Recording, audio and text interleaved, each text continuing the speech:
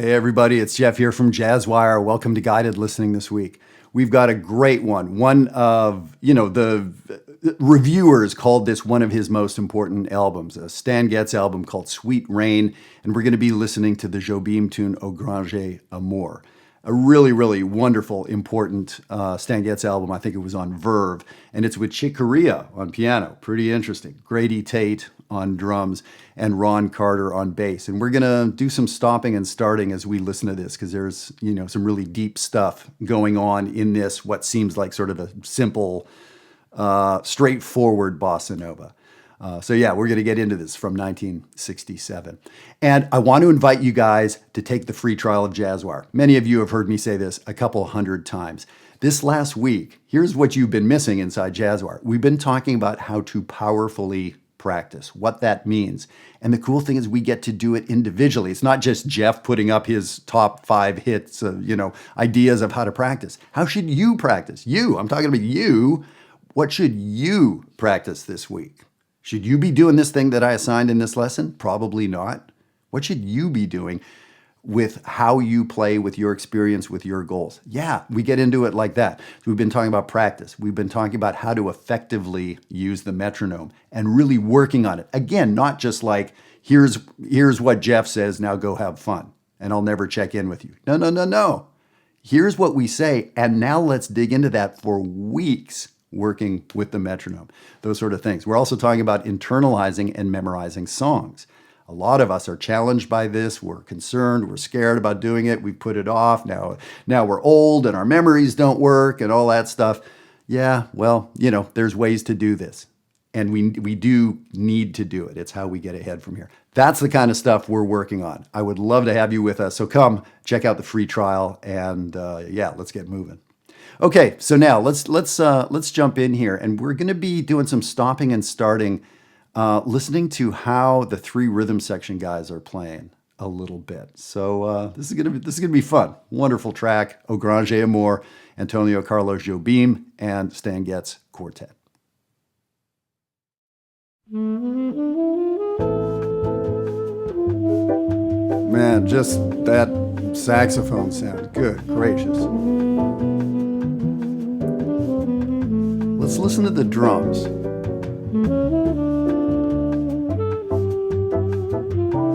So can you hear that there's a clicking, right? So it sounds like he's holding a stick, but there's also a brushes.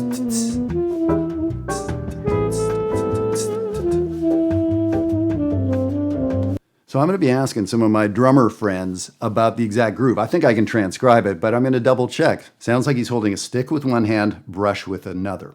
Now, listen to the brush sound. There's an accent he's making every measure.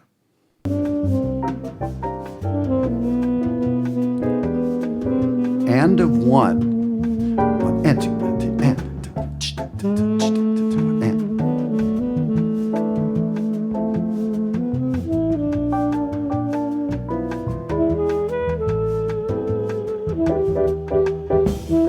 Do you hear that? One and two, and two, and.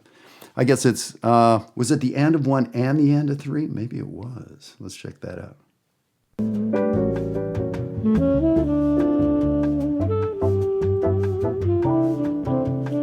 Was 1. So that's a real big lesson with the brushes. When you see or hear a drummer playing brushes and it's that, kind of sizzling, hissing, brush sound on the snare drum, it's not just a bunch of noise. There's rhythm in there. If the drummer knows what they're doing, there's always rhythm in there. And so figuring out what's going on. So it turns out that that Grady Tate is playing a really, really, really specific rhythm. And so it's his version. Is that like the textbook bossa nova rhythm? No. But it's a really cool, his jazz version. And if it were Elvin Jones on drums, if it were, of course, all sorts of great Brazilian drummers, whoever it is on drums would have their own version. And the cool thing is how the jazz guys would have their Americanized, jazzified bossa nova versus a more traditional bossa nova that a Brazilian drummer would do. But of course, the Brazilian guys were being influenced by the great American drummers, so that, Yeah, so it's just so deep how to play a bossa nova on the drums. And this is a particularly great groove. So now let's go back and listen to Ron Carter. Bass.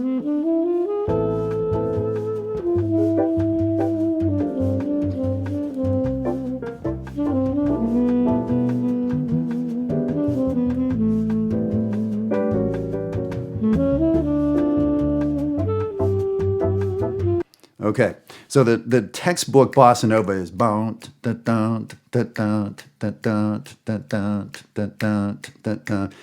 so many of my adult student bass players or people that come to the summit are playing so much more than that. Not in a good way. They're overplaying and there's no groove. It is not grooving. A groove is repetition. How does a door make a groove in the hardwood floor, which you don't want? How does that happen? By swinging back and forth like 4,000 times. When the door swings just once, it doesn't make a groove. Or if it does, it's not a deep groove. More repetition, deeper the groove, right? So now he is embellishing too. And this is Ron Carter, who can go. So as the song goes on, he does start embellishing, but he's kind of doing two things here. Dun, dun, dun, dun, dun, and every once in a while he'll do dun, dun, dun, dun, dun, dun, dun, dun, dun, dun, dun, dun. That little rhythm. So as a bass player or as a really serious listener, listen in on where the repetition is, where the embellishments are, and are the embellishments, if they do 20 embellishments, are they 20 different things? Or are the embellishments sort of in a zone? Or is it always the embellishment is kind of very similar? There's only 3 possible embellishments that he uses. That's how you study Ron Carter. That's how you study what makes a groove, et cetera, et cetera. Let's listen to Chick's comping. I noticed there's this thing that he does a lot in here. One thing to notice is short notes and a lot of long notes.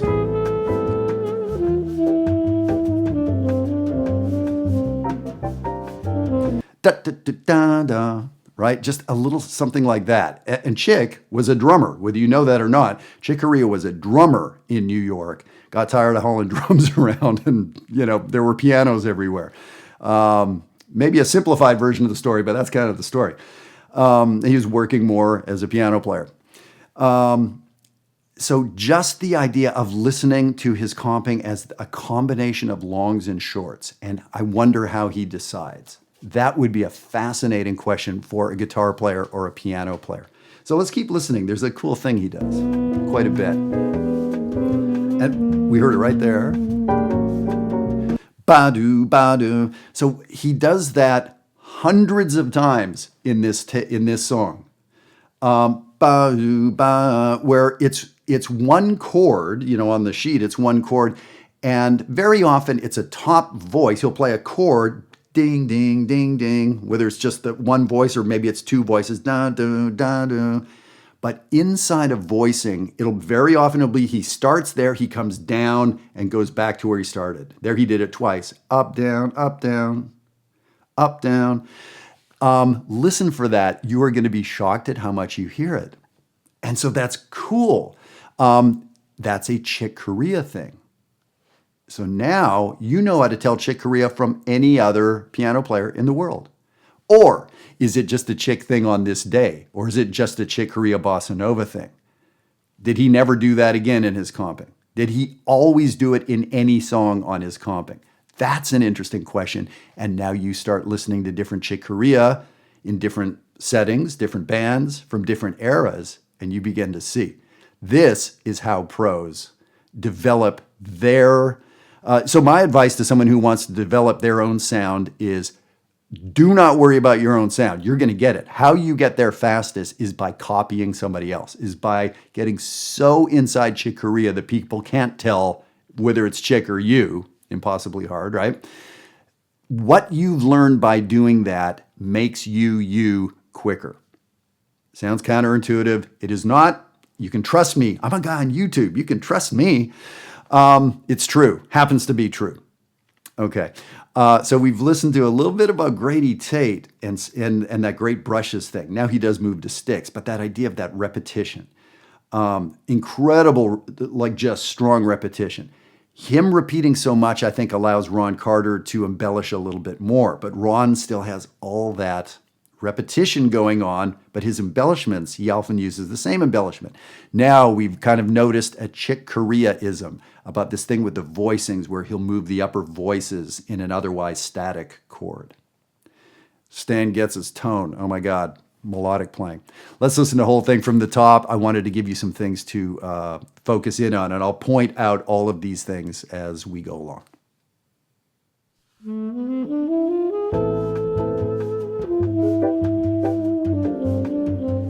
So maybe you're hearing the bass, just hearing it the way you maybe wouldn't have heard it before. And a 1 and a 3, built inside Grady Tate's brush pattern.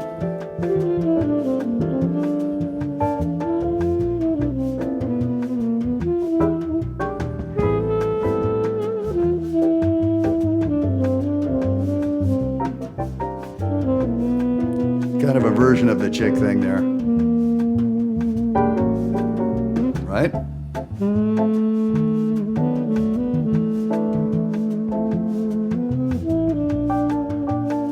Chick.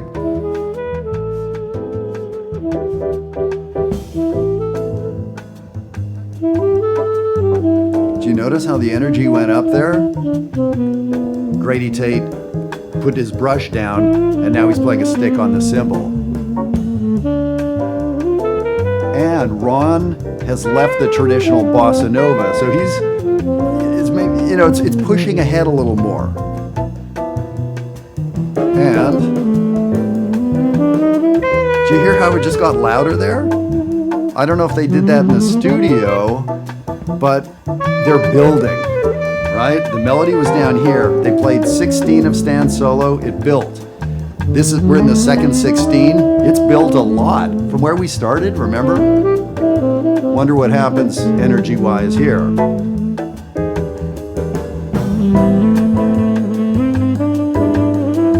Listen to Stan.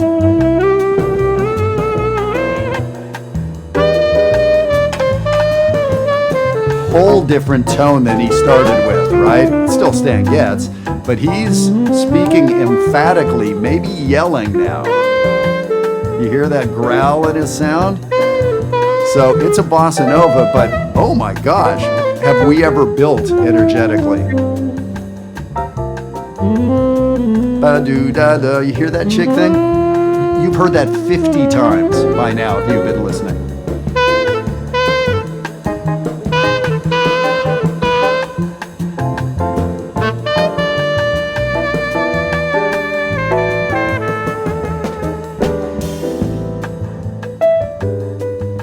Settle down a little bit, right? Stan ended kind of high in his solo energetically, so we come down a little bit. And Ron, you know, is definitely toying with the rhythm. He's playing in and around. It's not traditional bossa nova anymore. It works because he's Ron Carter and he's amazing, but Grady Tate is really kind of holding down the fort.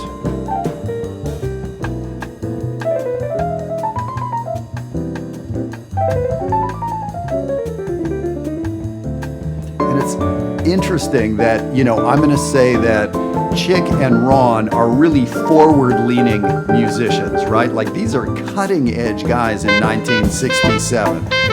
Stan, one of the older generation. Grady Tate, I might put him more with Stan. I love the band and the personalities put together here. Now, Stan came in high and hard as I was talking there.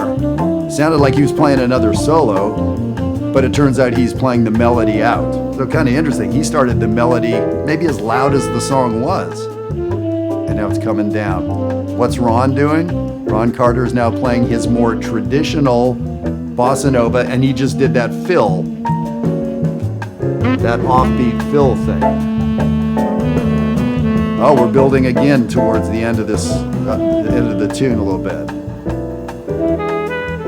But I hear Stan's sound getting a little lighter again. So Stan was a very dramatic, emotional player, right? And so how he's guiding the band with his sound is really a lesson. So we have 3 fermatas at the end here. Kind of a traditional way to end a bossa or a ballad.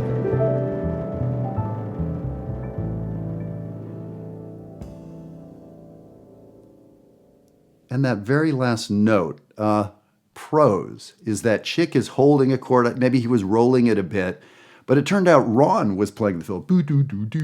So Ron was playing, and so we didn't have a bunch of drum fills in there because someone else was talking. Chick could have done 10,000 things all at the same time if he wanted there, but he heard Ron's playing. Stan Getz is the leader of the session. He's the boss. He's great at cadenzas. He held that note. That was perhaps that was a decision, an emotional decision, but he heard like, oh, Ron's playing now. So I love that. And so often on stage, we'll hear, even with prose, we get to the last chord of a song or a ballad, everybody goes to town. That's dumb. Please don't do that. I hate that. And so does everybody else. It's just goofy. There are times when it's fun where everyone's talking at the same time and it's just a big throwdown. Yes, there are times for that. Didn't strike me like this song was the time for everybody to just, show off their chops. So yeah, that was a wonderful ending. I really love that, and sensitive playing and everything like that. So hopefully that was helpful. And that's so cool to do, is to listen in and see if you can find what somebody's doing repeatedly. And that tells you something they practiced or that they valued or they were coached to do by the leader or the producer or whoever, right? Just following the energy of a song is very, very instructive. When do they get louder? When do they get softer? If you're a bass player especially, geez, like how does Ron Carter's accompaniment of the bossa nova change from the melody into the soloing, from the first chorus of the solo to the second chorus, from the sax solo to the piano solo? I thought Ron was being more adventurous behind Chick's solo. So in my imagination, Stan is playing more melodically, and let's call it traditionally, for lack of a better word. Chick is like, this young hotshot in New York, and he's got a lot of stuff he could do. And so as he kind of was pushing things maybe a little more modern direction, Ron's like, yeah, I play with Miles Davis. I just did a session with Miles Davis 2 weeks ago. I can go there. Cool. And then the whole time Grady Tate's like, I got this. I got this. We're grooving. I got this. I got this.